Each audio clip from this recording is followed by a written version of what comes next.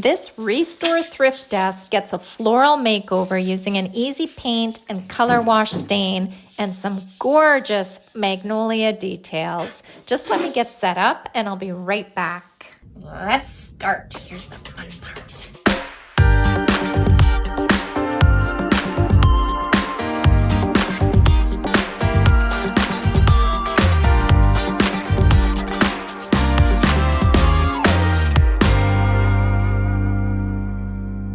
I found this little wood desk selling at my local Restore for $35. I brought it home and gave it a once-over, and it was in pretty darn good shape. The top was scratched up, no problem, we can fix that up. The drawers needed a really good cleaning, but they worked well, even though they're very old school. But what stumped me was this cubby hole that had no backing, and it didn't look like there ever was one. So then I started wondering, is this a desk? Is this a vanity? Is this a telephone table?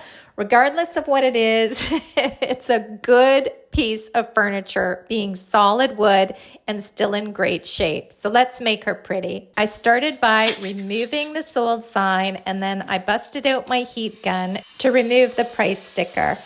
At this point, I wasn't quite sure if I was going to be reusing the original hardware or not, so I removed it carefully. And these old pieces of hardware have a little tiny nail that holds in the top, so I made sure not to lose that. I put it to the side, safekeeping, in case I wanted to use it again.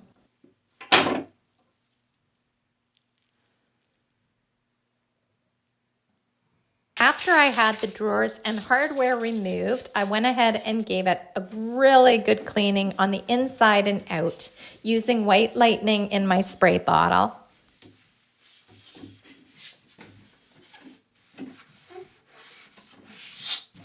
I like to keep cleaning the piece and go over it a good few times until the sponge comes out clean.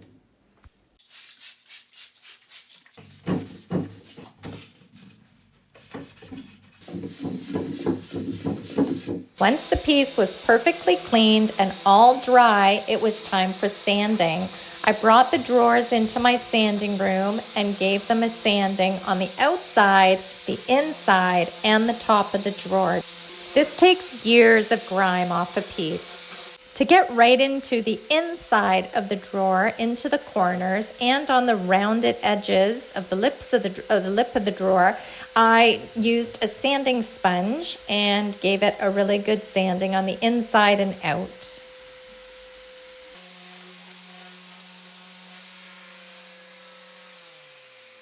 When I had the drawers all cleaned up, it was time to move on to the top of this desk.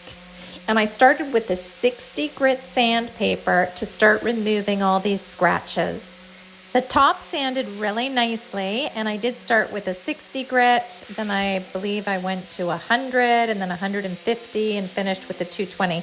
So I did take it slow for the top.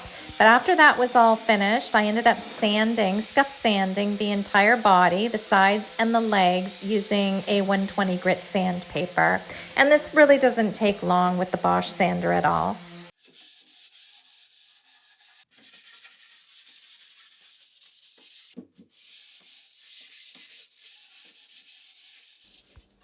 For the rounded legs, or the areas where the Bosch sander just really couldn't get into those little nooks and crannies, again, I used the sanding sponge and hand sanded. The drawers in the desk were brought back into my paint room. All the dust was removed using a tack cloth, and now it was time to prime.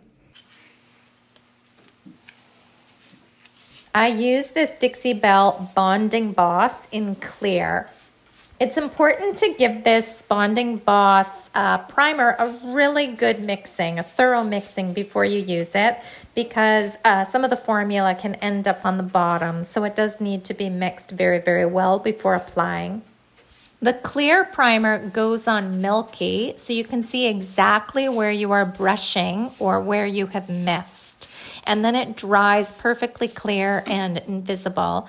And I like using a cheap chip brush or a roller to apply this bonding primer.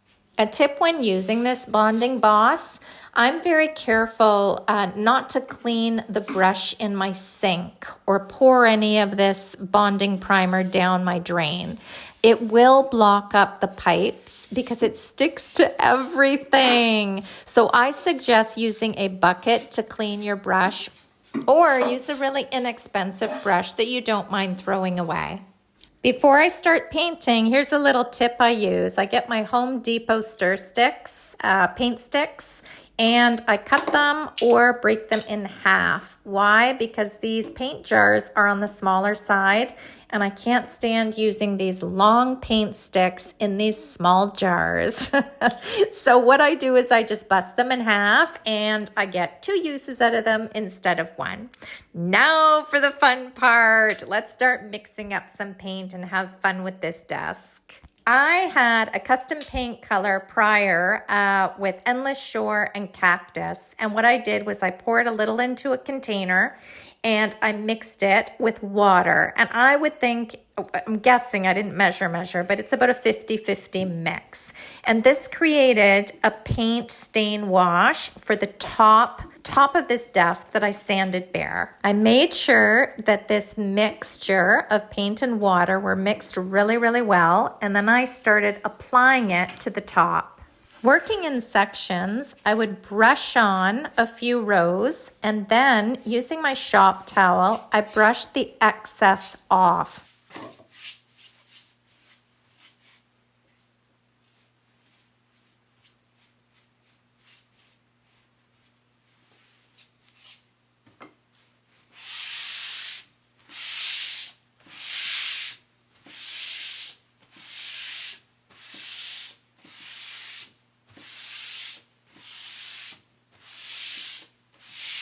Now, because this wood is bare, it's a bare wood, it does absorb a lot of this paint wash into it.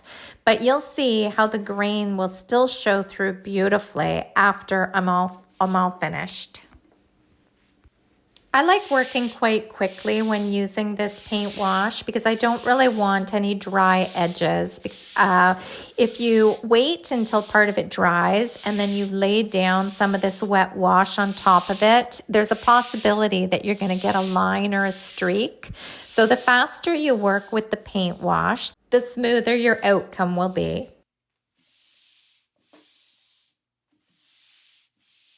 After I had the top complete, I did the same technique to the 2 drawers.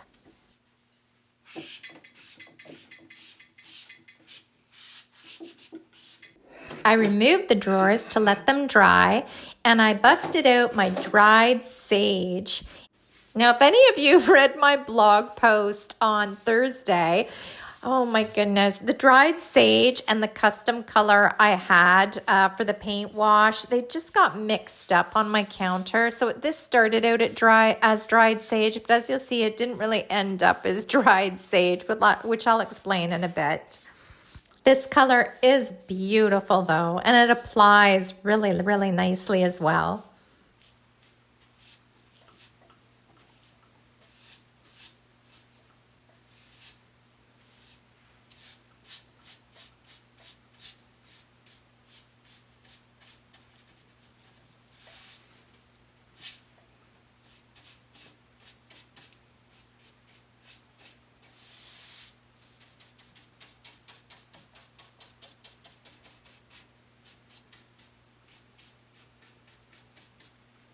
I also painted the inside of the cubby hole in dried sage.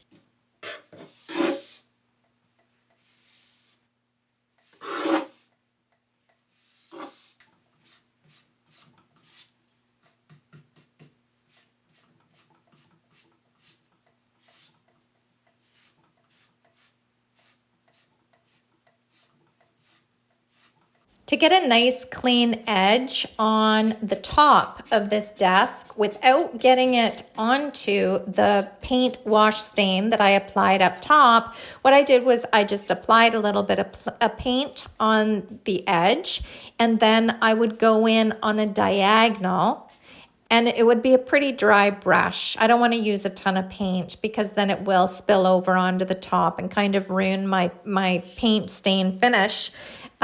So this is the way I like doing it, and it works really, really well. If a tiny little bit gets on the top, it's okay to remove it with my hand, but it turns out to be a really, really clean edge, and no painter's tape required.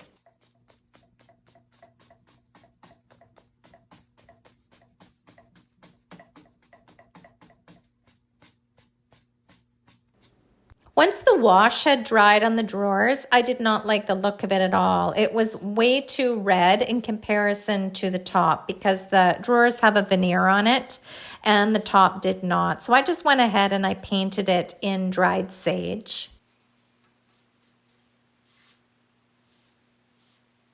Now let's add some florals. Using this Magnolia garden furniture transfer, I went ahead and started cutting out some pieces that I wanted to use.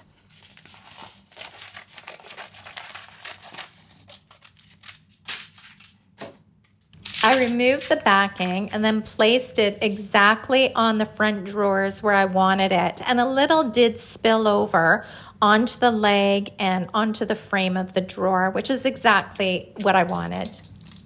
I like taking my time when I'm working with an uneven surface. As you can see here, it is spilling over the actual drawer and going onto the frame of it. And I just hold it down and take my time and work around and rub it on.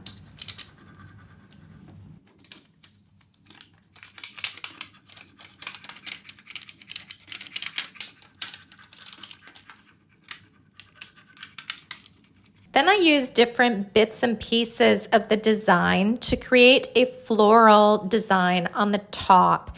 And I love using transfers in this way. You don't have to use them in the exact same design as they come out of the tube. You can always cut bits and pieces to your liking and piece them together to make an original design.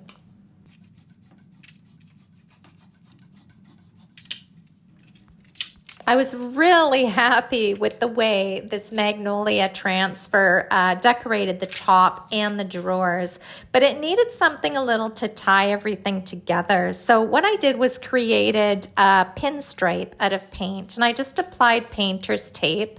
I made sure that it aligned with the edge of the desktop, and then I added another piece, leaving a few millimeters in between. And I dry brushed a darker green paint onto it to create this pinstripe that kind of flowed into the flowers. Very little paint is needed for this, like such a tiny amount. And as you can see, I dipped this stencil brush in and then I took most of the paint off. And then I just pounced it up and down to create the pinstriping. And when I got close to the floral design, I pounced it softly because I kind of wanted it to fade into the magnolia flowers. And it's so satisfying removing the tape and seeing these pinstripes take form. It turned out exactly the way I wanted it to. I worked my way around the entire desktop until they were all done. This is such an easy way to add a little extra detail to your pieces.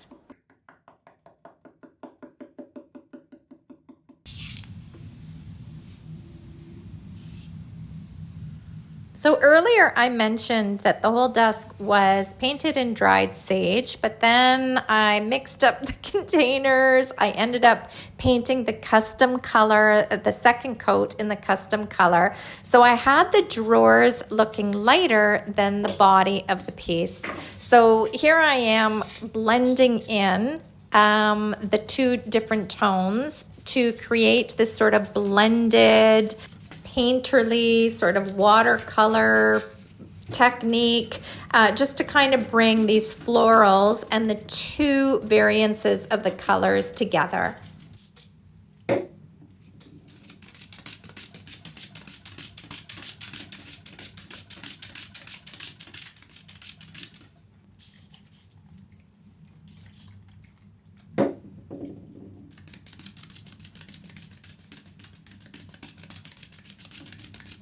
Once everything had dried, it was time to protect all my hard work.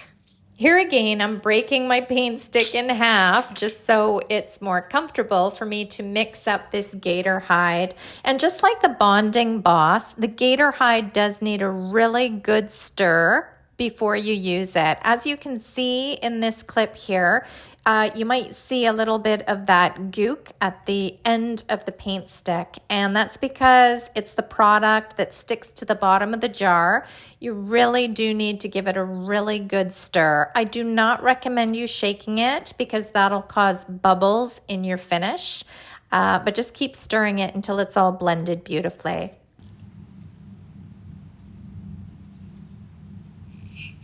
Top coating is super easy with this blue sponge applicator. I just pour it on a paper plate.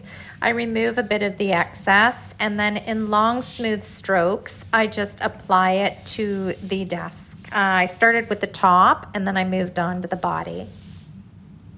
I applied 3 coats in total, leaving about 2 hours in between each coat.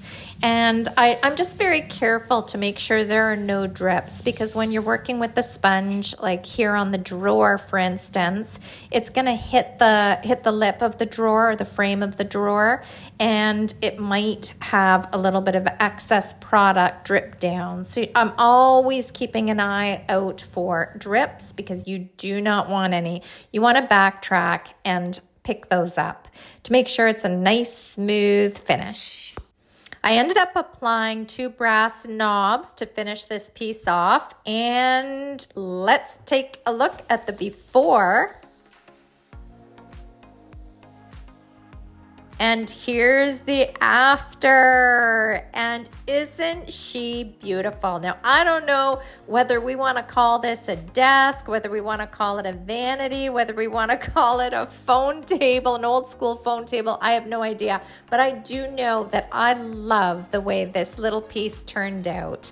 I think I'm going to leave it without the backing. I think it's quite charming as is, but I would love to hear your thoughts on whether you would like to see a backing at the back of this cubby hole or not. Or do you think I should just leave it as is?